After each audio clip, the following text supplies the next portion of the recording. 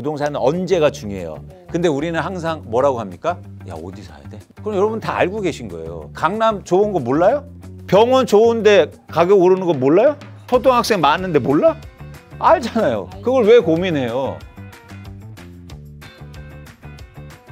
네, 이광수 대표님과 계속해서 경제핫스팟 3부 이어갈게요.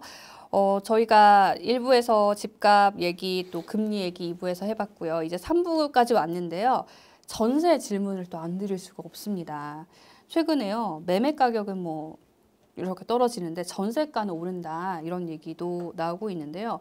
사실 보통은 전세가가 오르면 매매가가 오른다 뭐 이런 약간 상하관계를 또 보통 흔히들 생각을 하잖아요. 요건 또 어떻습니까? 저희가 또 잘못 알고 있는 게 있을까요? 있을까요? 있을 것 같은데. 네. 매매 가격은 계속 지속성을 갖고 거래가 되는 상품이잖아요. 네. 근데 전세 가격은 저희가 판단을 할 때 2년마다 한 번씩 계약하잖아요. 네. 그래서 2년 전 가격과 비교해 봐야 돼요. 아, 2년 전과. 근데 우리는 자꾸 매매 네. 가격처럼 월별로 비교해 봐요.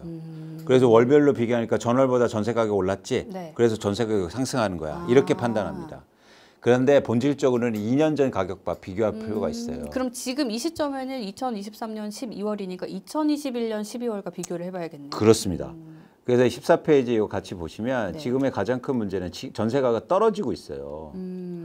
그 이유는 역전세가 지속되고 있기 때문이에요. 역전세라는 건 2년 전 가격보다 떨어진 걸 말하는데 보시면 제가 그래서 실제로 서울에 거래된 그러니까 이게 갱신 계약된 아파트 중에서 네. 17,000건을요 전수조사했어요. 하도 안 믿어서. 네네네. 그랬더니 보세요.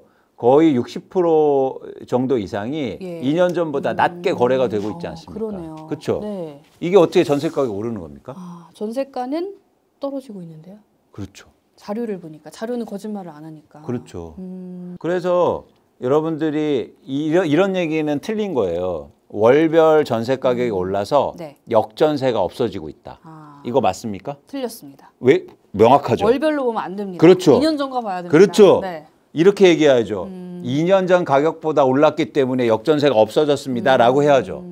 근데 그게 아니란 말이에요. 네. 그러니까 월별과 역전세 문제와 전세 가격 하락과 상승을 얘기하는 건 네. 이거는 실제적인 그 시장의 상황을 이야기하지 않는 거다. 그러니까 제대로 된 자료를 보고 시장을 평가하는 게 아니네요. 그 자료는. 그렇죠. 그리고 개념 자체도 달랐잖아요. 어떻게 전세를 매월 계약합니까? 그렇죠. 2년 전하고 비교해야 되는 거 아니에요? 네. 그러니까 전세 가격 추이를 제대로 보려면 2년 전과 비교를 해야 그렇죠. 된다. 그러니까 여러분들이 이게 네. 갖고 있는 편견이나 생각을 바꾸실 필요가 있어요. 많이 그렇잖아요. 바꿔야 될 것 같은데요. 네, 그렇죠. 네. 그러니까 본질에 대해서 고민하고 제가 네. 다시 한번 강조하지만 인과관계를 찾으려고 노력을 하셔야 된다. 지금 말씀해 주신 것들은 사실 이 부동산 시장 전반에 우리가 가지고 있는 잘못된 그 인과관계 바로잡을 수 있는 계기가 될 것 같아서 왠지 조회수가 많이 나올 것 같아요. 하지만 조회수는 먼저 클릭하고 발생한다는 거, 그렇죠? 클릭을 해야 이 내용을 보시잖아요. 아, 그렇죠, 네. 그렇죠. 아, 이 알고리즘이- 그게 정확히 인과관계네요. 네, 그러네요. 내용에 그럴 수 따라서 네. 조회수가 클릭이- 결정된 네, 게 아니고 그쵸. 내용과 네. 클릭수나 조회수가 상관관계가 아니 인과관계가 떨어진다는 거예요? 저는 약간 그런 것 같아요. 오. 이게 클릭을 해야 보잖아요. 근데 좀 다를 수 있어요. 왜냐하면 이 대표님께서 워낙 또 인싸시기 때문에 대표님이 나오는 영상을 무조건 보시는 분들 많이 계시잖아요. 그런 싫어하는 분들이- 사람도 엄청 많기 때문에. 그 싫어하는 사람들 이제 악플 달려고 끝까지 보겠죠. 아. 안 보고 악플부터 다시면 안 됩니다. 끝까지 보시고 다셔야 됩니다. 자, 같이 어쨌든 보시고 달라고요? 악플을? 아니 악플 달지 악플이라- 말라고 하셔야 되는 거 악플- 아니에요, 지금? 아니 악플도 악플에요. 이렇게 다 이렇게 저희가 찬찬히 또 댓글 달아드릴게요. 이게 다 악플도 관심이 있어서 다시는 거라서. 악플 달라는데 처음 나와요. 아유 아니. 저도 악플. 아, 저는 근데 아유, 그 건전한 악플 아유, 환영합니다. 그럼요. 아니 이게 네. 너무 칭찬 일색이면은 안 그래, 되고. 맞아요. 저는 악플보다도 의견을 주시는 거 좋은 것 같아요. 너무 좋죠. 예를 들어 뭐 이런 의견도 있지 않을까요? 이런 의견들은 환영이고 또 토론도 해볼 수 있을 것 맞습니다. 같고. 근데 내용에 네. 대해서 반론하시고 이런 거 좋은데 네. 갑자기 뭐 넌 왜 그렇게 생겼냐. 그러니까요. 저한테 너 왜 이렇게 무식하니? 이러면 안 돼요. 저 안 무식해요. 아니 특히 얼굴 갖다가 하는 건 좀 근데 왜- 별로야. 막 아니, 돈 대표님 없이 얼굴이 생겼다 아니 이런 거. 얼굴 엄청 좋으신데요. 네. 아니 그리고 그거는 모르는 거예요. 돈이 있고 없고는 네. 여러분 잔고를 봐야 아는 겁니다. 숫자로 얘기를 하자고요. 네, 어쨌든 잠깐 얘기가 샜는데 네. 사실 하나 더 질문 드리고 싶은 게 제가 뭐 비싼 아파트 사는 건 아닌데 경매가 나왔더라고요. 옆동 아파트가. 근데 그게 계속 안 팔려요. 그럼에도 불구하고 이 부동산 시장이 좀 심각한가 이 생각을 저도 개인적으로 했거든요. 우리나라가 되게 독특한 네. 현상이 현상이 있어요. 그러니까 예를 들어서 미국 같은 경우에는 경매가 진행되면 그게 거래 가격에 포함이 돼요. 아, 그래요? 그렇죠. 근데 네. 우리는 경매 가격이 거래 가격으로 나오지 않아요. 네. 근데 사실 그것도 거래가 된 거 아닙니까? 그렇죠. 그렇죠. 네. 어쩔 수 없이 집을 팔았고 그 가격에 팔린 거 아니에요. 네. 그렇게 따지면 지금 집값이 굉장히 많이 빠지고 있을 수도 있는 거예요. 그렇군요. 최근 경매권도 많아지고 네. 낙찰률도 떨어지고 그러니까요. 있으니까. 네.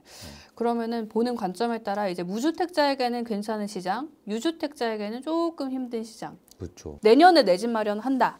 이 생각 갖고 계신 분께 조언 좀 부탁드립니다. 이제 가능하면 저는 네. 유통시장에서 이렇게 내 집 마련 하셨으면 좋겠다는 말씀을 꼭 드리고 싶고 네. 아까도 이제 말씀드린 첫 번째는 여러분들이 일단 지금의 기회를 잘 잡으셔야 된다. 흔치 않은 기회다. 그러니까 우리가 부동산은 어떻습니까? 결국엔 모든 자산은 두 가지가 고민이에요. 첫 번째는 네. what, 음. 뭘 사지? 네. 주식이나 부동산이나 나 어디 사지? 이게 고민이고 두 번째는 when, 언제 언제? 사지? 나 맞아요. 지금 사도 되나? 네. 내년에 살까? 뭐 이런 고민들. 이 두 가지가 네. 다른 고민 없어요. 이 두 가지예요. 이 두 가지 때문에 골치가 아프죠. 근데 부동산은 어떤 고민을 더 많이 해야 되냐면 언제라는 고민을 더 많이 해야 됩니다. 아, 언제? 예. 왜냐하면 쉽게 팔고 살 수 있는 자산이 아니기 때문에 일생이에요. 네. 세네 번밖에 기회 없어요. 그래서 그 기회를 잘 보셔야기 때문에 부동산은 언제가 중요해요. 네. 근데 우리는 항상 뭐라고 합니까? 야, 어디 사야 돼? 음. 저는 어디 사자는 말을 안 해요. 그럼 여러분 다 알고 계신 거예요. 아니 예를 들어서 강남 좋은 거 몰라요? 알아요. 그 못 가본 맨날 거예요. 이렇게 그림 그려놓고 뭐 개포동 사시고 뭐 반포 사시고 이러대. 그러면서 몇십만 원 그 강의 듣고 오셔. 아니 그거 모르냐고. 병원 좋은데 가격 오르는 거 몰라요? 그렇죠. 학교 초등학생 많은데 몰라? 알잖아요. 그걸 왜 고민해요? 네, 그러네요. 중요한 건 언제 사느냐는 겁니다. 언제 사는 거에서 몇 억이 차이가 나잖아요. 근데 그 언제라는 관점에서 내년부터 굉장히 좋은 시장이 온다. 그렇기 때문에 첫 네. 번째 말씀드리고 싶은 건 네. 이런 시장이 흔치 않기 때문에 웬이라는 관점에서 네. 여러분들이 구체적으로 계획을 세우셨으면 좋겠다. 내 집 마련의 구체적인 계획. 그래서 아까처럼 리스트, 아파트 리스트도 마련해 보시고 네. 그다음에 내가 가용할 자산과 예산도 생각해 보시고 그래서 두 개가 딱 마주칠 때 이제는 매입을 하시는 거죠. 시장 상황도 보시고. 그래서 아까 힌트도 드렸잖아요.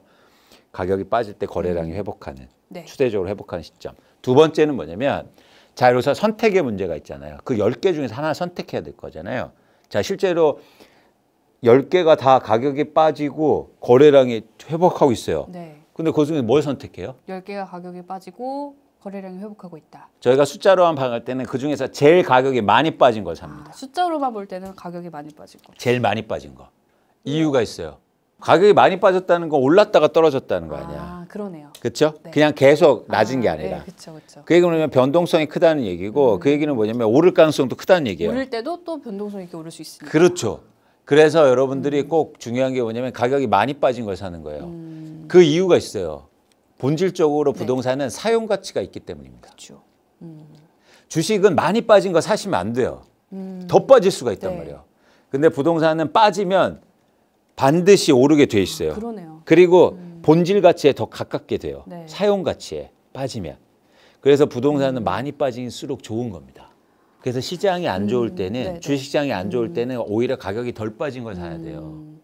네, 근데 우리는 반대로 합니다. 반대. 많이 빠졌다고 해서 그 주식을 사요. 그러니까 계속 깡통 개조한 거예요. 저보고 하는 말씀이세요? 부동산 시장은 시장이 안 좋을 때 반대로 많이 빠진 걸 산다. 알겠습니다. 네. 네, 마지막으로요. 그러면 집이 있는 분들 있잖아요. 있는 분들도 흔치 않은 기회라고? 그럼 이 집을 팔고 좀 갈아타 볼까 이런 생각 하실 수 있잖아요. 똑같은 논리가 적용이 됩니까? 그럼요. 그럼요. 예를 들어서 원하시는 곳이 네. 내가 살고 있는 집보다 가격이 많이 빠졌다. 그럼 당연히 옮겨야 되는 거고. 저 같은 경우는 방을 하나 지금 더 있는 집에 가고 싶거든요. 오, 네네. 근데 지금 집을 팔고 그러면 조금 외지로 들어가야 되나 뭐 이런 고민도 있고 왜냐하면 평수를 넓혀야 되니까 네. 그런 고민이 있는데 역시나 좀 몇 개 리스트업을 해놓고 그쵸. 분석을 해야겠네요. 그렇죠. 근데 내가 살고 있는 집도 같이 빠질 거 아니에요, 다. 그쵸, 그쵸. 근데 그게 문제죠. 내 집은 덜 빠지고 가고 싶은 집이 많이 빠졌어. 그럼 옮기면 되는 그때가 겁니다. 타이밍이네요. 근데 이런 경우는 절대 없어요. 내 집만 오르고 다른 집만 빠지는 건 그게 문제죠. 없어요. 그런 기대를 버려요. 네, 기대는 아예 버립시다. 그리고 예를 들어서 오를 때도 마찬가지예요. 내 집만 오르고 다른 건 안 오른다? 네. 그런 건 없어요. 맞아요. 그렇기 때문에 밸런스를 잘 맞추실 필요가 있어요. 오를 때도 마찬가지예요. 옮기실 때도 내 집은 많이 올랐고 올라는 집은 좀 덜 올랐다? 네. 그럼 옮기면 되죠. 자, 지금까지 이광수 대표님 모시고요. 2024년 부동산 시장 전망 두루두루 살펴봤는데요. 자, 오늘 우리 이광수 대표님이 해주신 조언 저희가 정말 새겨서 내 집 마련에 성공하시는 그런 한 해 보내시길 미리 당부드립니다. 오늘 나와주셔서 고맙습니다. 고맙습니다. 네, 지금까지 저는 경제 크리에이터 신지은이었고요. 좋아요와 구독, 댓글까지 많이 부탁드립니다. 고맙습니다.